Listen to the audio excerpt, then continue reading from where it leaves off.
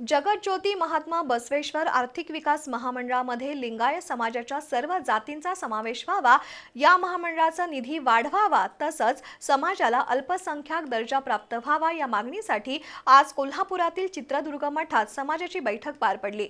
राज्य शासनाने हा प्रस्ताव तातडीने केंद्राकडे पाठवण्यासाठी पाठपुरावा करण्यासंदर्भात बैठकीत चर्चा झाली।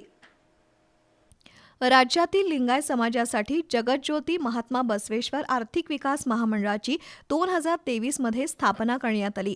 मात्र या महामंडळाच्या सवलती फक्त ओबीसी समाजाला मिळाल्या, त्यामुळे 90% लिंगायत समाज आर्थिक लाभापासून दुर्लक्षित राहिला।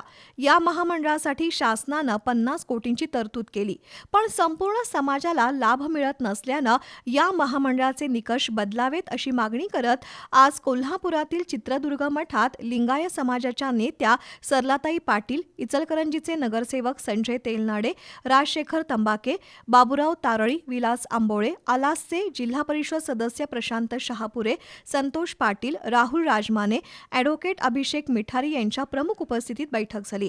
त्यामध्ये या महामंडळाचा लाभ संपूर्ण लिंगायत समाजाला मिळावा तसंच लिंगायत समाजाला अल्पसंख्याक दर्जा देण्यासाठी राज्य शासनाने केंद्राकडे शिफारस करावी अशी मागणी करण्यात आली।